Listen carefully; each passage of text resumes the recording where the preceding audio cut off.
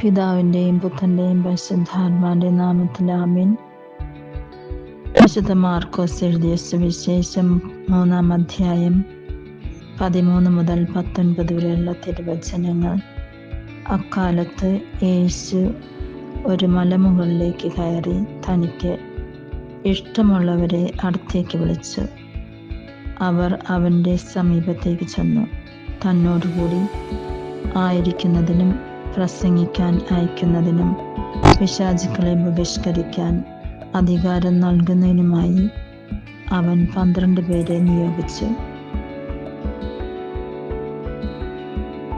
ഈ വചനഭാഗത്തിലൂടെ യേശു നമ്മെ ഓർമ്മപ്പെടുത്തുന്നത് യേശുവിൻ്റെ ദൗത്യം ഈ ലോകത്തിൽ പൂർത്തിയാക്കുന്നതിന് വേണ്ടി നമ്മുടെ ഓരോരുത്തരുടെയും സഹായം ആവശ്യമാണ്.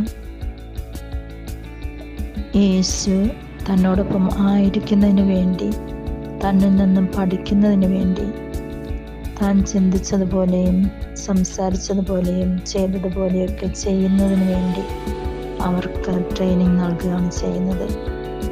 യേശുവിൽ നിന്നും കണ്ടു പഠിക്കുന്നതിന് വേണ്ടി 12 ശിഷ്യന്മാരെ അവിടുന്ന് ഒരുമിച്ച് ചേർത്ത് യേശുവിനോടൊപ്പം തന്നെ നിർത്തുന്നുണ്ട്. യേശുവിൻ്റെ ജീവിത മാതൃക നമ്മൾക്കും കണ്ടുപഠിക്കാം. യേശു ചിന്തിച്ചതുപോലെയും സംസാരിച്ചതുപോലെയും ചെയ്തതുപോലെയും നമ്മൾക്കും ചെയ്യാം. അങ്ങനെ സ്വർഗരാജ്യം ഈ ഭൂമിയിൽ വരുന്നതിന് വേണ്ടി നമ്മൾക്കും പരിശ്രമിക്കാം.